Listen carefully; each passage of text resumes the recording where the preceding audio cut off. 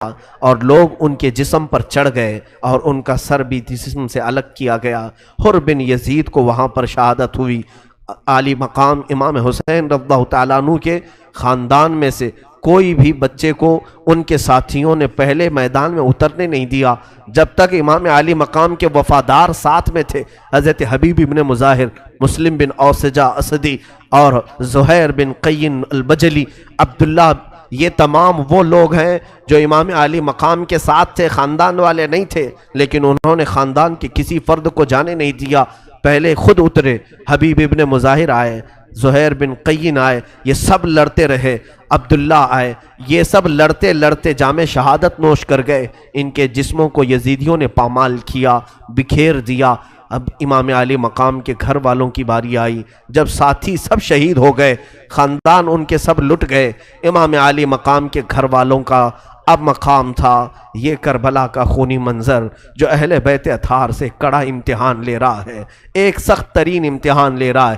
بھوک کا امتحان الگ ہے، پیاس کا امتحان الگ ہے، اور بغیر چھت کے گھروں کا امتحان الگ ہے، اور اس کے بعد تلواروں کے مقابلے کا امتحان الگ ہے۔ امام عالی مقام غم کے عالم میں بیٹھے ہوئے تھے۔ اسی اثنا میں آپ کے بھائیوں میں سے حضرت علی کرم اللہ وجہہ الکریم کے جو شہزادے تھے وہ اٹھے، تینوں شہزادے وہ ایک ساتھ گئے اور امام علی مقام کی اجازت سے کربلا میں لڑتے رہے۔ انہوں نے بھی کئی ظالموں کو تہ تیغ کیا، فنا فی النار کیا، لیکن واپس کوئی نہیں لوٹا۔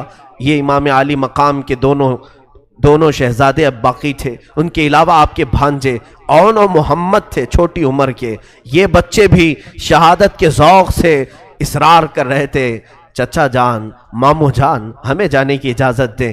کون ہے ہمارا وہ بچہ جس بچے کو ہم اپنے ہاتھ میں چھری دیتے ہوں؟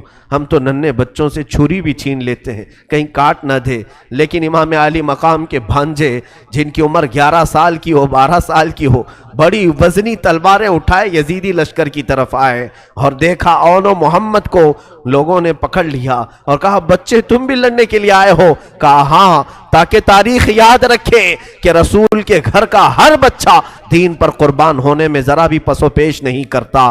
عمر کبھی اہل بیت نے دیکھی ہی نہیں، زینب کی یہ دو دلارے، زینب کی یہ ماہ پارے جن کو بڑا پیار تھا پورے خاندان میں، اون و محمد، اللہ اللہ، یزیدیوں نے ان کے چھیتڑے اڑا دیے، ان کی چمڑیاں چھیل دیں اور سب کو دکھایا کہ یہ زینب کے بچے ہیں، دیکھو اتنی عمر میں یہ لڑنے کے لیے آ گئے تھے۔ ان کے جسموں کو تار تار کر دیا گیا اور کربلا کے میدان میں ان کے ٹکڑے بکھیر دیے۔ اللہ اللہ، یہ منظر زینب نے دیکھا ہوگا، اپنے مہپاروں کا جسم بکھرتا ہوا کیا گزری ہوگی اس خاتون جنت پر۔ اللہ اکبر۔ امام علی مقام کے سگے بھائی امام حسن مجتبی رضی اللہ تعالیٰ عنہ کے بڑے بیٹے امام قاسم جن کی عمر 19 سال کی تھی، ان کی سگائی ہو چکی تھی بی بی سکینہ رضی اللہ تعالیٰ عنہ کے ساتھ جو امام علی مقام کی بیٹی تھیں۔ حضرت امام قاسم آئے، کہا چچا جان، خاندان کے لوگ بھی جا چکے، چچا سارے جا چکے ہیں، مسلم بن عقیل کے شہزادے گئے، آپ کے وفادار ساتھی چلے گئے، جو جاتا ہے واپس پلٹتا نہیں، آپ مجھے اب اجازت دیں، اب میں گھر کا فرد ہوں۔ امام علی مقام نے اوپر سے نیچے دیکھا اور کہا میرے مرحوم بھائی حسن کی تم ایک ہی تو علامت بچے ہو، تمہیں دیکھ کر میں بھیا کی یاد کیا کرتا تھا، اے قاسم کیا تم بھی جاؤ گے؟ امام قاسم نے کہا چچا جان، یہ کیسی بات ہے کہ آپ نے سارے لوگوں کو شہادت کا جام دے دیا اور مجھے اس سے کیسے محروم کرتے ہیں؟ امام علی مقام نے امام قاسم کے ماتھے کو بوسہ دیا، ان کے ہاتھوں کو اپنے سینے پر رکھا اور کہا میں نے اپنے بھائی حسن کا غم اب تک نہیں بھولا، جاؤ قاسم، اللہ تیری حفاظت کرے۔ امام قاسم آئے، اللہ اکبر، امام قاسم کی جواں مردی تو ایسی تھی، کیوں نہ ہو رسول اللہ کے گھر والا، وہ ایسا شہزادہ جو حسن مجتبی کا لاڈلا تھا، گھوڑے پر سوار ہو کر جب آواز لگانے لگا یزیدیوں کو، کوئی مقابل میں ہے، کوئی میرے سامنے آئے گا؟ عمرو بن سعد نے ایک مشہور و معروف پہلوان، ازرق نام کا پہلوان، اس سے کہا کہ جاؤ اس قاسم سے لڑو۔ اس نے کہا ہاں، اس بچے سے مجھ جیسا پہلوان لڑے گا؟ کہا کہ میں پہلے اپنے 4 بیٹے ہیں، ان میں سے کسی کو بھیجوں گا، وہ خود ہی کام تمام کر کے آ جائیں۔ اس پہلوان کے بڑے 4 بیٹے ہٹے کٹے لہیم و شہیم تھے، اس میں سے ایک بیٹے کو بھیجا امام قاسم کے سامنے۔ امام قاسم، اللہ اکبر، وہ کربلا کا دولہا جس کی قوت دیکھیں آپ، 3 دن کی بھوک اور پیاس کے بعد تلوار ایسے چلاتا تھا جیسے ہواؤں میں بجلیاں کڑکتی ہوں، بجلیوں کی سی چمک پیدا ہوتی تھی۔ ایک وار تھا، ہم تو یہاں مرغوں کو ایک بار میں ذبح نہیں کر پاتے، امام قاسم بن حسن رضی اللہ تعالیٰ عنہ ایک ہی وار میں ازرق کے بیٹے کو فنا فی النار کیا۔ دوسرا بیٹا آیا، اس کو بیچ میں سے کاٹ دیا۔ تیسرا آیا، اس پر تلوار چلائی۔ چوتھا آیا، اس پر تلوار چلائی۔ 4 بیٹوں کو چند ہی منٹوں میں آپ نے صفایا کر دیا۔ ازرق یہ دیکھ کر کے پریشان ہوا، میرے 4 ہونہار پہلوان بیٹوں کو اس قاسم نے ادھیڑ کر رکھ دیا۔ وہ شیر کی طرح چنگھاڑتا ہوا میدان میں آیا اور کہا، اے قاسم، تو نے میرے 4 بیٹوں کے ساتھ برا سلوک کیا، اب میں تیرے ساتھ بہت برا سلوک کروں گا۔ اس کے بعد اس نے دیکھا امام قاسم کے ہاتھ میں اس کے بیٹے کی تلوار ہے، کیونکہ امام قاسم کی تلواریں کند تھیں، مڑ رہی تھیں۔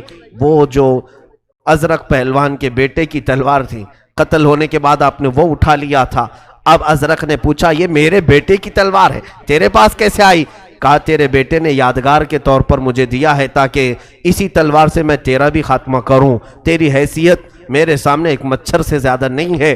ازرق بپھر گیا اور چلانے لگا۔ اسی اثناء میں امام قاسم نے الحرب خدعۃ کے طور پر صرف اتنا کہا، ازرق تیری پہلوانی کے جوہر ہم نے بہت سنے، تیرے کارنامے ہم نے بہت سنے، لیکن تجھے تو گھوڑے کی زین باندھنا بھی نہیں آتا۔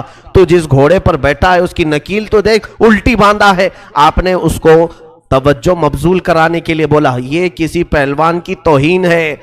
جنگ کے میدان میں کسی سپہ سالار کو یہ کہنا کہ تجھے گھوڑے کی نکیل باندھنی نہیں آتی، اس کی توہین ہے۔ ازرق نے جھک کر اپنے گھوڑے کی زین کیا دیکھی، آپ نے تلوار اٹھائی اور اس کی گردن پر ایسا مارا کہ سر اچھل کر گر گیا۔ عمرو بن سعد کو بڑا غصہ آیا کہ اس نے ہمارے پہلوانوں کا خاتمہ کرنے کی ٹھان لی ہے۔ اس کے بعد حکم دیا، اے لوگوں، تمہیں معلوم نہیں یہ علی کا شیر ہے، یہ فاطمہ کا گھر کا دلارا ہے، اس کے ساتھ اکیلے نہ جاؤ۔ اب اس کے ساتھ پورا جملہ جتھا مل کر کے حملہ کرے، حتیٰ کہ یہ کتوں کا جتھا آیا۔ تقریباً 25 لوگ امام قاسم کے ارد گرد منڈلانے لگے، کوئی تیر ادھر سے مارتا، کوئی ادھر سے مارتا۔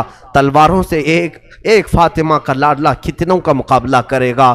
تنہا علی کا لال خاروں میں گھر گیا، وہ گل ازار فاطمہ کانٹوں میں گھر گیا۔